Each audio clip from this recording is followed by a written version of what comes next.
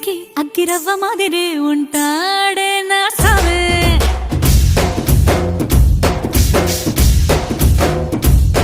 మెత్తాని పత్తి పువ్వుల మరే సంటాడే